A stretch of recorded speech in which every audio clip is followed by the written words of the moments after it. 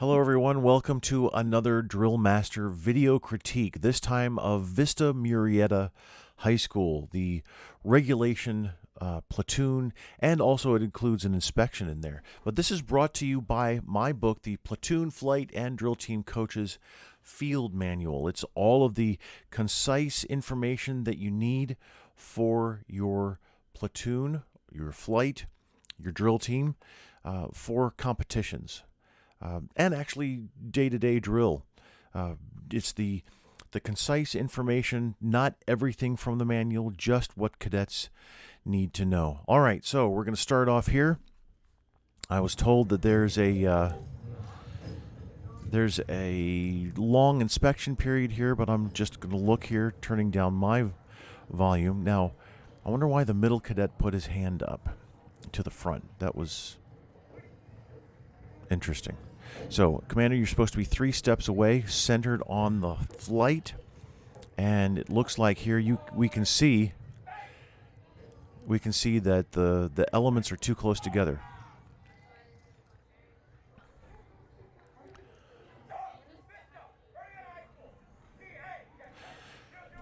So why did you face?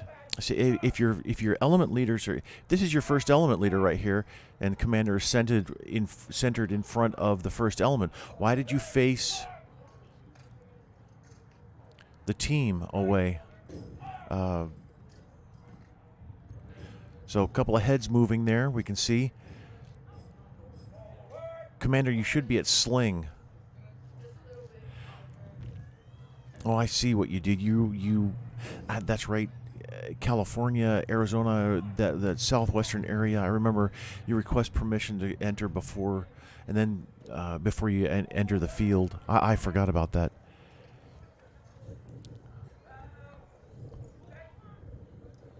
So lots of rifles swinging around there, swinging around the feet. So what you want to do is lift the rifle on that first count of the facing movement, and then place the rifle on the second count. And the placing has to have. And see, Commander, you should have been 3 steps away the entire time, moving away from the flight. And again, you really need to be at sling. See, the Air Force doesn't drill with rifles. There's no need, at least now. But what we do for a platoon, or in this case a flight, we follow the Army training circular. And you should have come out, Commander, so that you're 3 steps away. All right, so we have the inspection process going on here. So that gives me time to talk. It's what I do.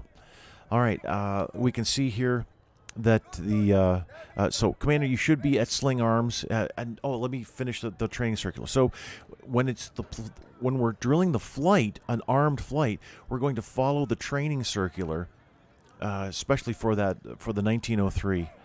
But when we get into color guard, that's where we follow the Marine Corps order, because we're supposed to be at the outside, or what the Marine Corps calls the outboard shoulder. And the only manual that explains all of those techniques to transition from shoulder to present, shoulder to order, and vice versa, the only manual that does that is the Marine Corps order. So we default to the Marine Corps order, since we're following that the Marine Corps style of having the rifles on that outer shoulder. But we still follow the Air Force techniques of grip and all that good stuff that are pictured in the Air Force manual. And I know that a lot of competitions, unfortunately, force everybody to follow Army standards, and yeah, I get it, but I don't need to bring that up now, or continue with it anyway. So, Commander, you should have your rifle, and everybody on the team, you should have your rifle. Thank you for zooming in there. You should have your rifle up against the shoe, grounded up against the shoe, with all 3 toes aligned. Now see, right there, perfect example. That's exactly what everybody should have. And having the quick change there, the quick change clasp, and then everything so low, That's not Air Force style. You can, of course, I, I I have a little more in-depth knowledge because of my ceremonial history. So we have specifics for mounting a sling. And there's nothing wrong with what you have there with the sling that's mounted that way. It just looks it's odd to me because I had that experience of where so we have the quick change clasp down there, and then we have the I'll call on the top. There's three metal pieces there. Quick change on the bottom. The I guess you'd call it the sling keeper. The clasp that actually allows you to move the sling up and down when you tighten it or loosen it. And then there's that boxed figure 8. I actually I don't know what to call that. So that boxed figure 8 is usually anywhere from 4 to 5 inches above. We in the Air Force Honor Guard anyway, we don't use that quick change clasp. Take that off, and that boxed figure 8 piece then is 4 or 5 inches above, and obviously everybody's going to be exactly the same, 4 or 5 inches above the lower sling swivel, and it's right at the then it's almost centered on the lower part of the small of the stock. All right, so what I was going to say earlier, elements are too close. So what we do, the measurements for the elements for the squads, every service, years ago, decades ago, probably during World War II or before, measurements were taken of the average size American male. Shoulder width and arm length, step length, depth from chest to back, and all of these averages were taken and developed. So that's where we get the 30-inch step for most of the U.S. military. Air Force takes the 24-inch step, and then we also get the distance. So distance is supposed to be 40 inches all around, side to side and back to front. How we get that distance is by generally putting up our arm, dressing to the right, and touching the fingertips, etc. So we know that, but distance front to back seems to be a little bit of a mystery. So when we have the element leaders fall in, they're not supposed to. And I don't know if you can see my hands here, but some cadets will actually raise their right arm in front and their left arm to the side if they're an element or squad leader, and get their distance that way. That's not the technique that you're supposed to use. It's the left arm only that you're supposed to use. And now element leaders or squad leaders aren't necessarily supposed to put their arm up in front, but they can initially, so that they start to develop that visual memory of getting that distance. Once they start applying that visual memory, then there's no need to put the arm up anymore. But what we do is, when we put our hand out to the side, we're measuring distance from the center of the body, the very center, not from a shoulder or the neck or whatever, but the center of the body to the other center of the body. All of us, all around, it's the very center. If you took a plumb line and put it in the center of the body, that's where we measure that distance from. So it's 40 inches all around. So we don't necessarily have to make the exact 40 inches because we're not all the average height American male that was used for these measurements decades ago. So what we do is, when we have our arm out to our left to get that dress, and then if we put our arm out to the front, we lose some distance. And we lose this distance right here, from the end of the shoulder to the center. I'll use my throat here. We lose that distance, and it's approximately 6 inches. sometimes 8. It depends. Obviously, we're going on averages here. So when you put the arm to the front, you need to compensate for the loss of the distance, and that compensation is adding. Yeah, I'm looking at my my video feed there. I then add 6 inches to my fingertip to the back. So 6 inches of space. So if I put my arm out to the front, the armies cover and recover. That's an arm and 6 inches that cover and recover requires. All right, so we're back here.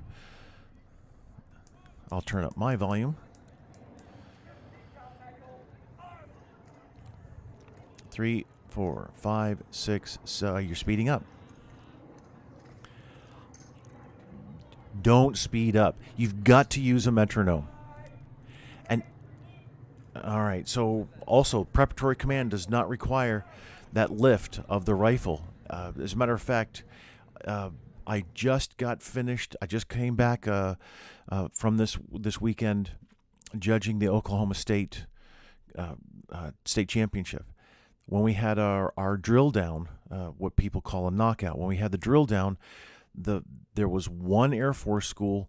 They all lifted their rifle on the preparatory command, and they were all dismissed. They were the first ones to leave the giant armed drill down formation, and it's because of bad technique. We don't lift on the preparatory command. Nothing happens on the preparatory command.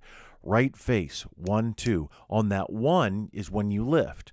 2 is when you place the rifle. You lift the rifle and then move it so that it is then, if this is my right foot, we put the rifle right down so that the toes are aligned, and then the rifle is grounded to the shoe. Every single time you go to order, all 3 toes aligned, the rifle is grounded to the shoe or boot, whatever you happen to be wearing.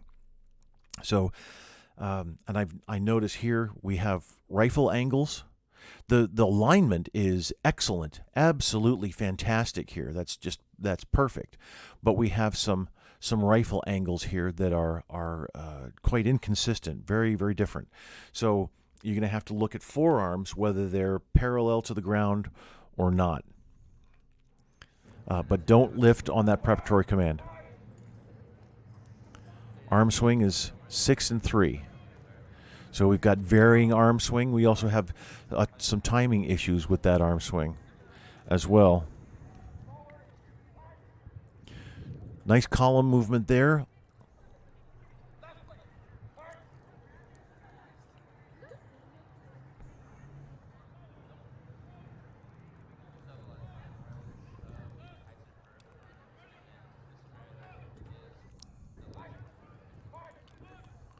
So, Commander, you should have turned your head to the right since the next move you're marching away from your flight, so you need to turn your head. Either direction, it just depends on. Well, the standard is call every command over your right shoulder unless you're going to the left. That's the standard. So you called a right flank, you should have turned your head to the right and called that command. So you need to make sure that you do that from now on. Now, let's see here. Yeah, so here's the reason why we have different angles. See the arm here? Good arm here. That's great. Commander, awesome. See and here with the left arm, little bent and coming a little bit over in front of the body. Just a little. Good arm here, and here. But there's still some variation here, so that's why we get those different rifle angles. Let's look at the feet as well. So here we have a little bit of a timing issue, but look how that foot is angled out. Looks like Commander's foot is pretty much facing forward. Yeah, feet are angled over. So when you're marching, your feet should be facing straight forward. We don't march with our feet at 22.5 degrees off to the side, forming that 45-degree angle. When we start marching, since we're at a 45-degree angle, we have to transition to straight ahead. So we transition both feet after forward march. When we halt, we transition back from straight ahead to flight, halt, step, 22.5 degrees, close, 22.5 degrees to make that 45-degree angle. So that's definitely something that needs to be looked at. Now, rear march for the Air Force has a half step prior and a half step after the pivot, which really is actually fairly annoying, honestly. Let's go back here. I want to see this.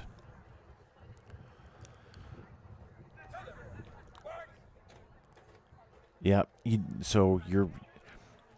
has to be half step going into and half step after. Column left, and I'm looking at feet. So it looks like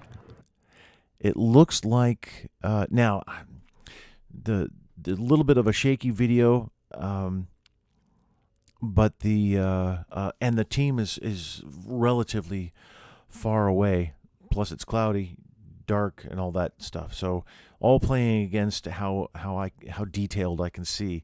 But I'll mention this, and I don't know if the team is actually doing this.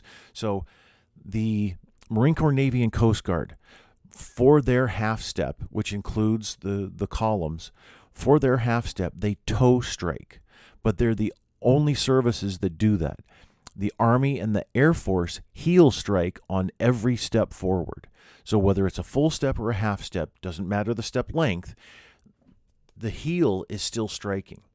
And that doesn't mean that you stomp either. A lot of teams, especially Air Force teams, will stomp.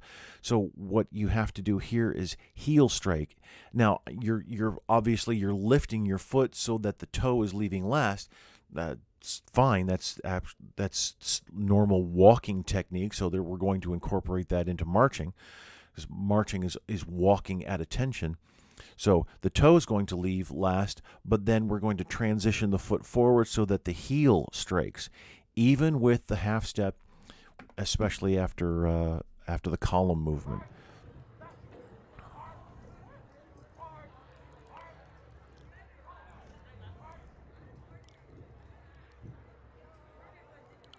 So phasing issues there with the feet just a little bit. That was a great change step, really well executed, but still some phasing issues there with the.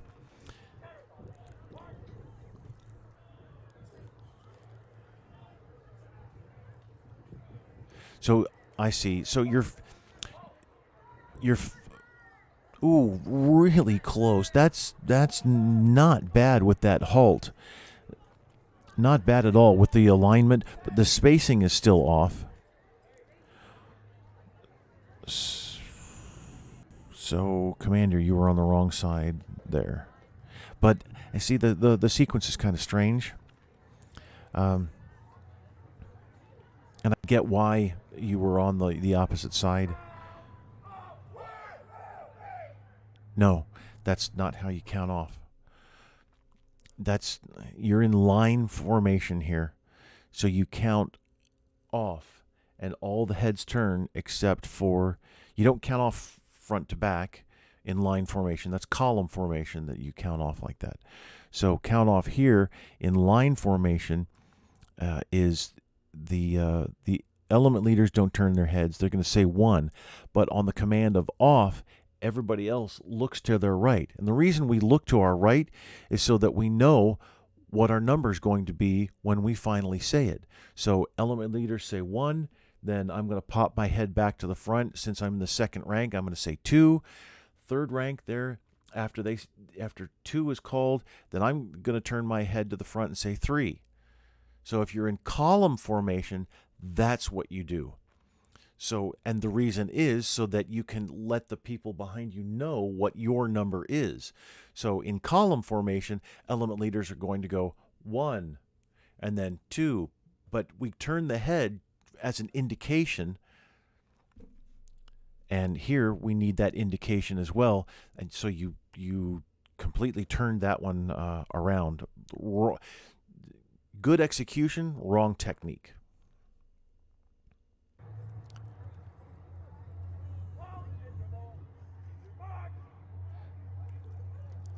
So everybody moves at once. The very first step, everybody moves when going to close and extend. Either way, and I'm quite sure that third rank is going to step out first. But obviously our element leader is going to stay in, but second rank is going to step in, and third rank is going to step in at the same time. And then third rank is going to finish off.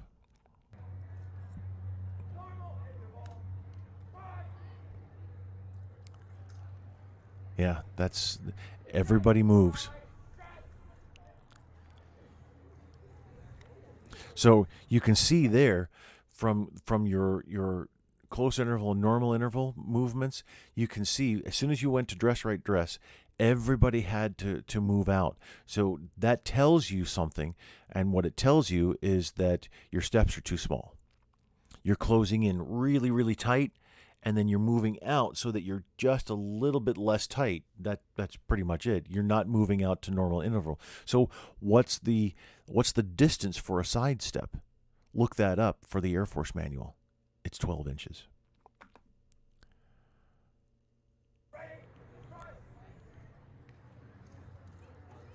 Also, the alignment on close and extend there or close interval, normal interval, the alignment wasn't all that good. So here, what do your side step is what, about 6 or 8 inches? And you're speeding up considerably. Get a metronome. March this whole sequence to a metronome. Shoot for 110. And again, you don't lift the rifle on that preparatory command.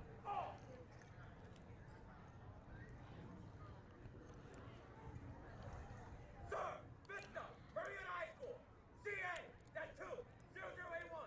Armed duty. We'll get the permission to exit your drill bed, sir. Some good clarity on the voice, although, why you're saying aye, sir, I have no idea.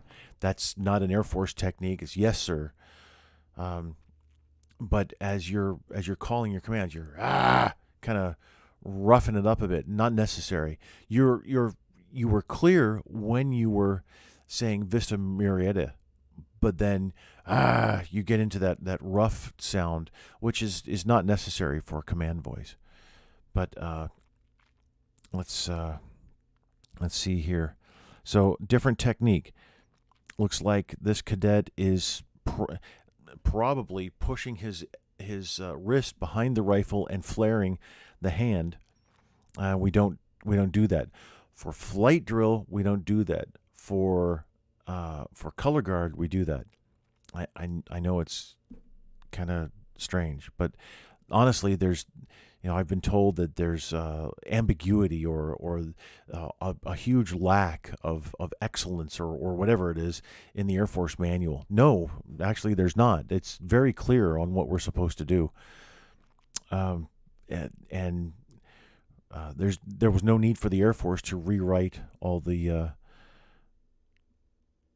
rifle drill because we don't drill with rifles. Now, old Air Force manuals, I can pull you out the old Air Force manuals from behind me on the shelf, the legacy manuals, and they're awesome from the 50s, 60s, and 70s. They have rifle drill in them. But anyway, so this is Marine Corps technique. That's not what we're going to use. This is what we're going to use with the fingers wrapped slightly. Depends on the individual's height. But wrapped slightly, or at least wrapped around the small of the stock, not flared. Now see how the rifle just landed way out there. Every single time you go to order, Oh, big timing issues there. Lots of phasing, and then you have those rifle angles as well.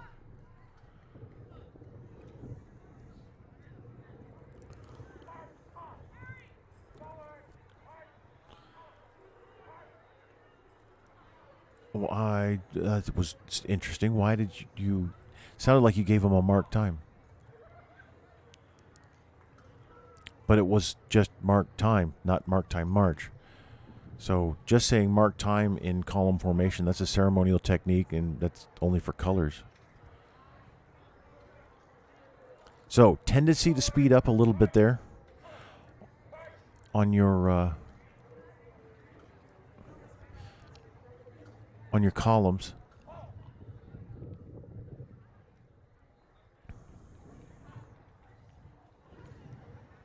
So for regulation drill, what you don't want is variation of technique. And see how we have some arms in different positions.